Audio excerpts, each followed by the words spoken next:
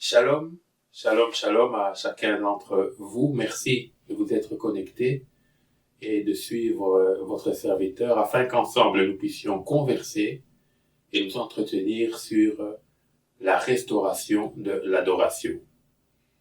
Aujourd'hui, ensemble, nous allons voir le schéma parfait, les principes directeurs que Dieu a mis en place pour s'assurer que son Église, le corps du Christ, l'adore en esprit et en vérité. Jésus-Christ dira que la loi fondamentale, ça c'est moi qui paraphrase bien sûr, pour adorer le Seigneur, c'est l'adorer en esprit et en vérité. Et c'est donc dans l'Ancien Testament que l'Éternel avait établi le schéma parfait du culte pour que son Église ait un modèle à partir duquel elle s'assure qu'elle adore Dieu en esprit et en vérité selon les principes de Dieu. L'obéissance vaut mieux que le sacrifice. Alors ce que nous voyons tout de suite, c'est le tabernacle. Le tabernacle, c'est cette structure que Dieu a fait construire à son peuple par l'entremise du leadership de Moïse et son serviteur pour qu'il puisse rencontrer son peuple et que son peuple puisse le rencontrer. Les Israélites n'étaient plus en Égypte. Donc le premier principe, c'est qu'il faut sortir du monde. Et pour nous, les chrétiens de la Nouvelle Alliance, nous disons qu'il faut donner sa vie à Christ. Quand tu donnes ta vie à Christ, tu deviens enfant de Dieu. Tu as une nouvelle nature. Tu appartiens maintenant au Seigneur. Donc tu es sorti du diktat de la mort et du péché et tu fais partie intégrante du corps de Christ. C'est ça, la conversion, donner sa vie à Jésus-Christ. Mais encore, faut-il qu'une fois sorti du monde, tu puisses te comporter comme un adorateur, sinon devenir un adorateur. Tu l'es en espérance, mais faut-il que dans ton fonctionnement, tu puisses fonctionner comme une personne qui adore le Père en esprit et en vérité dans le nom de Jésus. Puisque Jésus est le seul chemin par lequel nous puissions arriver au Père. Alors, bien-aimé, Dieu donnera à Moïse de construire le tabernacle. Lisons dans les Saintes Écritures. Nous sommes dans le livre d'Exode, au chapitre 25, et nous lisons un verset, ou deux, les versets 7 et 8. Exode 25, versets 7 et 8. Dieu parlant à Moïse lui dit ceci. « Ils me feront un sanctuaire et j'habiterai au milieu d'eux. Vous ferez le tabernacle et tous ses ustensiles d'après le modèle que je vais te montrer. » Alors, ici, Dieu dit premièrement que son peuple doit lui faire un sanctuaire afin qu'il puisse habiter au milieu d'eux. Et ce sanctuaire, c'est le tabernacle, c'est-à-dire le lieu dans lequel Dieu rencontrera son peuple et le peuple rencontrera Dieu. Les Israélites étaient en Égypte, ils furent délivrés. Ici, on voit l'image de la conversion, de la délivrance. Nous sommes délivrés de la mort et du péché, du train de vie de ce monde, de la puissance des ténèbres, des esprits des eaux, des forêts, de Satan, des démons. Mais, une fois que nous sommes dans le désert, une fois que nous sommes en Christ, nous sommes dans le monde sans être issus du monde, nous devons adopter un comportement spécifique, c'est celui des adorateurs, qui adorent en esprit et en vérité. Et Dieu dira que c'est au peuple de construire ce sanctuaire. Donc c'est à toi et moi de créer les conditions dans lesquelles je puisse adorer Dieu. Dieu, on l'adore pour ce qu'il est. Il est déjà ce qu'il est. Il a déjà accompli ce qu'il a fait. Il est déjà celui qu'il est. Mais c'est à toi et moi de me mettre maintenant à son diapason, de monter à sa hauteur. Et Dieu dira encore au verset suivant, verset 9 du chapitre 25 d'Exode, vous ferez le tabernacle et tous ses ustensiles d'après le modèle que je vais te montrer. Il y a donc un modèle. Quand Jésus dit qu'il faut adorer le Père en esprit et en vérité, c'est selon un modèle. Et ce modèle-là, il est dans la Bible. Alors nous, à quoi devons-nous nous référer? Nous devons nous référer à ce modèle-là. Parce que Dieu a déjà donné un modèle. Alors, qu'est-ce que le tabernacle? Le tabernacle est une structure matérielle construite dans un ordre bien précis, ayant en son sein des objets bien précis, avec une utilité bien précise. Elle devait se faire, ces structures, dans des matériaux bien précis. Tout est défini par Dieu. Il n'y a pas une possibilité pour Moïse de faire selon ce qu'il sent, ou de faire selon la tradition, ou de faire selon ce qu'il croit, ou de faire selon sa sensibilité ou ses préférences.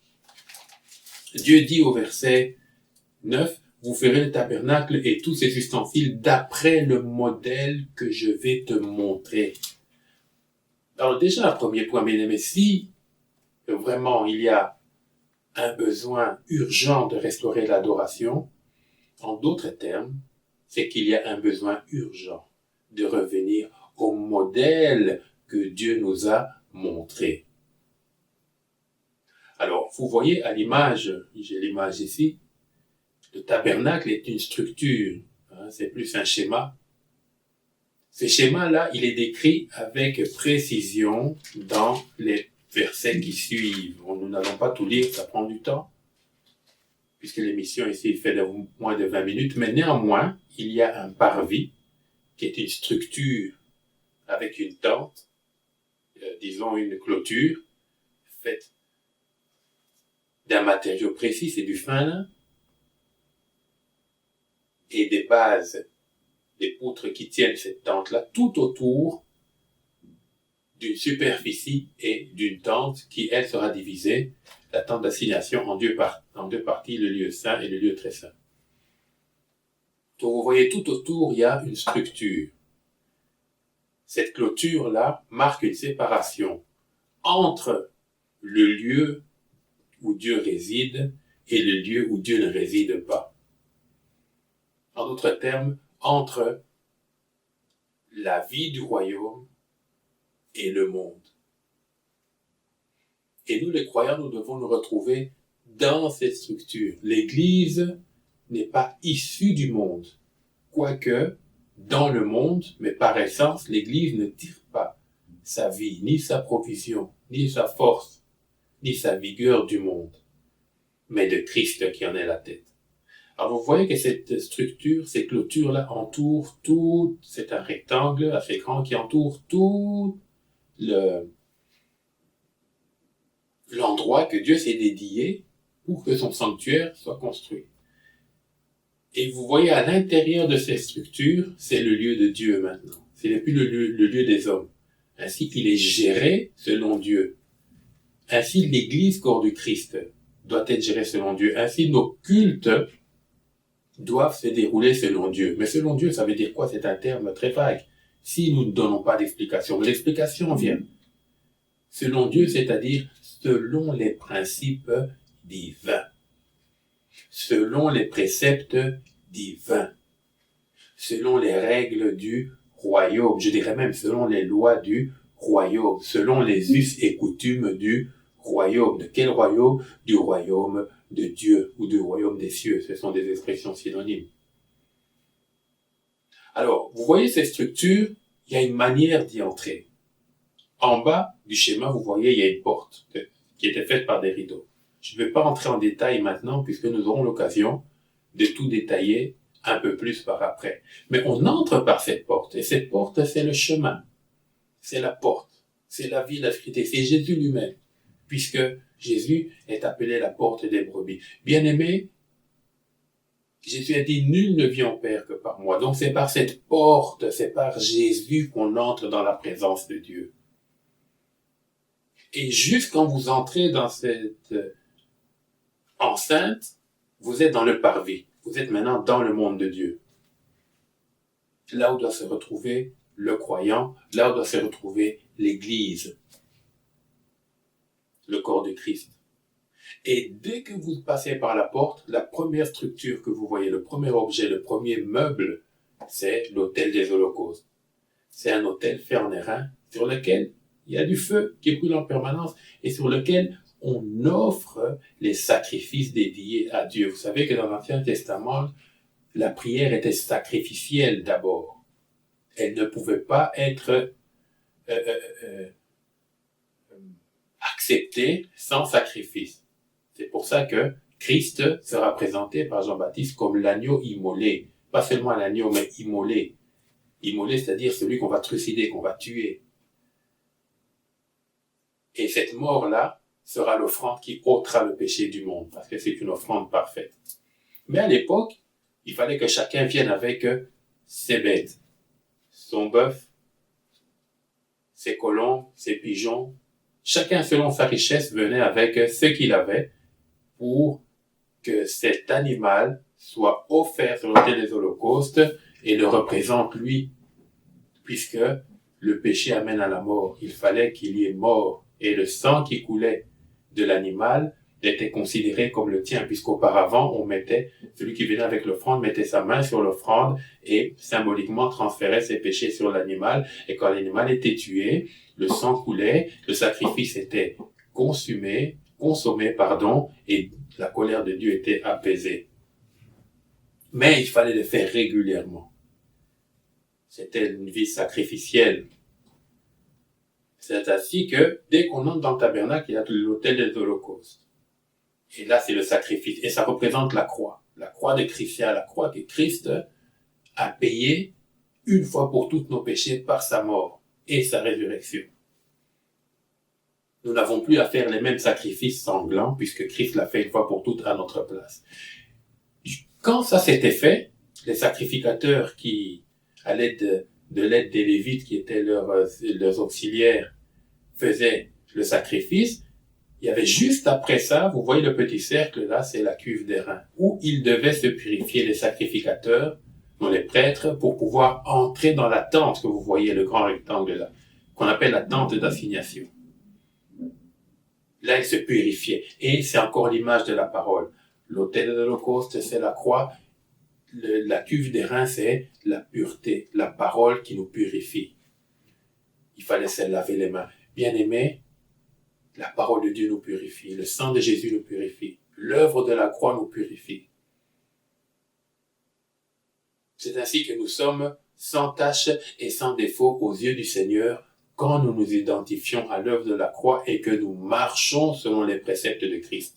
Ici, nous sommes en train de parler de l'adoration comme style de vie, mais aussi notre culte. Nous ne pouvons pas entrer dans un culte le dimanche ou un mercredi après-midi ou un mardi après-midi ou je ne sais quel jour, un samedi. Vous entrez comme ça, bras ballants, votre téléphone en main. Non, on entre en Christ. Et Christ, on l'approche par le biais de la prière, de la dévotion, de l'humilité, de la piété, mais aussi de la louange et de l'adoration.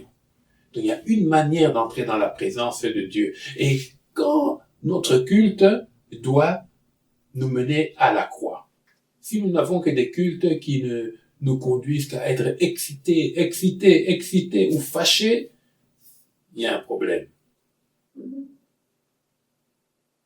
Il est important pour nous de nous inspirer du modèle que Dieu a déjà donné par Moïse. Bien que nous n'allons plus entrer dans un tabernacle matériel, mais le livre d'Hébreux nous dit que Christ, à sa résurrection, après qu'il soit monté à son ascension, a inauguré le tabernacle céleste et éternel, et que lui-même maintenant œuvre comme souverain sacrificateur. C'est pour ça qu'il a fait de nous un royaume, mais aussi des sacrificateurs, des prêtres. Donc toi et moi, si tu es dans la foi chrétienne, tu as expérimenté la nouvelle naissance, tu entres dans la présence de Dieu par l'œuvre de la croix et tu te purifies par la puissance de la parole de Dieu. Une fois que c'est fait, tu entres maintenant dans la structure, la tente d'assignation, qui est divisée en deux parties, le lieu saint et le lieu très saint. Regardez, le lieu saint, c'est la première le premier vestibule. Le lieu saint, comme vous remarquez, c'est quelque chose de fermé. La lumière du jour n'y pénètre pas. Mais il y a 3 objets principaux. Sur la droite, le petit rectangle debout, c'est l'autel sur lequel, ou la table sur laquelle sont posés les pains de proposition. Ces 12 pains, faits sans levain, le levain qui typifie le péché, donc ces pains-là sont faits sans levain, qui représentent non seulement les 12 tribus d'Israël, mais qui représentent aussi la parole de Dieu donnée à ces 12 tribus d'Israël, et par extension, qui représente l'Église. Pourquoi par extension? Parce que l'Ancien Testament souvent typifie ce qui était à venir comme réalité spirituelle. Mais elle était manifestée de manière matérielle. C'était la pédagogie de Dieu. Donc, la table des pains de proposition est là. C'est un pain qui ne se pourrit pas, parce qu'il n'y a pas de levain à l'intérieur. Vous savez, le levain, c'est de la levure. La levure, ce sont des bactéries. Et les bactéries entraînent la putréfaction, la pourriture. Il n'y a pas de levain, il n'y a pas de pourriture, il n'y a pas de péché, il n'y a pas de mort, il n'y a pas de ténèbres. C'est la vie du croyant. Nos cultes doivent nous inciter à marcher dans la sainteté. Et juste en face de ça, vous voyez, il y a la menorah, le chandelier, qui est représenté sur le schéma. Et cette menorah-là, c'est un grand chandelier à hauteur d'homme. C'est pas un petit chandelier comme ça, mais un grand à hauteur d'homme, avec plusieurs branches dans lesquelles coule de l'huile. Et chaque branche, 7 branches, 3 et une centrale, une flamme est dessus. Et c'est cette lumière-là qui éclaire toute la pièce. Et cette menorah-là, ce chandelier typifie le Saint-Esprit. Et Jésus a dit, il est avantageux que je m'en aille. Je vous enverrai un autre consolateur qui vous conduira dans toute la vérité. Donc, il nous donnera la révélation de Christ. Il glorifiera le nom de Jésus. Donc, c'est par le Saint-Esprit que j'ai la révélation de Christ qui est manifestée par sa parole, donc le pain de proposition. Je mange la parole de Dieu chaque jour, mais je suis éclairé chaque jour par le Saint-Esprit. Si je marche selon l'Esprit, je n'accomplirai point les désirs de la chair. Et l'homme ne vivra pas seulement de pain, mais de toute parole que procède la bouche de Dieu. Donc, nous avons le chandelier, la table des pains de proposition, le Saint-Esprit, la parole, le Saint-Esprit, le Saint-Esprit, la parole, le Saint-Esprit. Et juste au centre de eux, un peu en avant, ce qui est devant la 3e table, qui est devant le rideau qui sépare les 2 pièces, le lieu saint et le lieu très saint, il y a encore un autre autel, c'est l'autel des parfums. Ce parfum-là, c'est un autel sur lequel on met de l'encens qui doit brûler en tout temps. Et cet encens-là, il est bien écrit dans la parole de Dieu. Je ne vous donne pas beaucoup de références bibliques parce que je veux que l'enseignement ne soit pas trop lourd pour vous. Ce sont des petites capsules, mais vous pouvez les chercher dans la parole de Dieu. Il faut devenir des lecteurs de la parole de Dieu. Ces parfums-là représentent la prière des saints. C'est là l'adoration. C'est là que se trouve le chant. Quand nous sommes dans un culte dominical ou un autre culte ou une autre réunion, si la croix n'est pas prêchée, si le Saint-Esprit n'est pas à l'œuvre, si la parole de Dieu est étouffée, quel type d'encens vas-tu offrir au Seigneur? Puisqu'il faut d'abord l'autel des holocaustes, la cuve d'airain, le chandelier ou la menorah, comme on l'appelle, la table des pains de proposition, et ensuite l'autel des parfums. L'autel des parfums, ce sont les prières des saints. Bien-aimés, la manière dont nous faisons nos cultes doit recouvrer d'une manière ou d'une autre plus ou moins ces points-là. Tu es dans une église, tu es dans un culte où Jésus-Christ n'est pas prêché, il est même moqué, il est même dénigré. Ou bien il est mis au second plan, au 3e plan. Ce n'est que le pasteur, ce ne sont que les ministères, ce ne sont que les voyages, ce n'est que l'argent, ce n'est que la prospérité. Il y a un problème. Ton adoration est déséquilibrée. Elle n'est pas totalement fausse, mais elle n'est pas bonne non plus.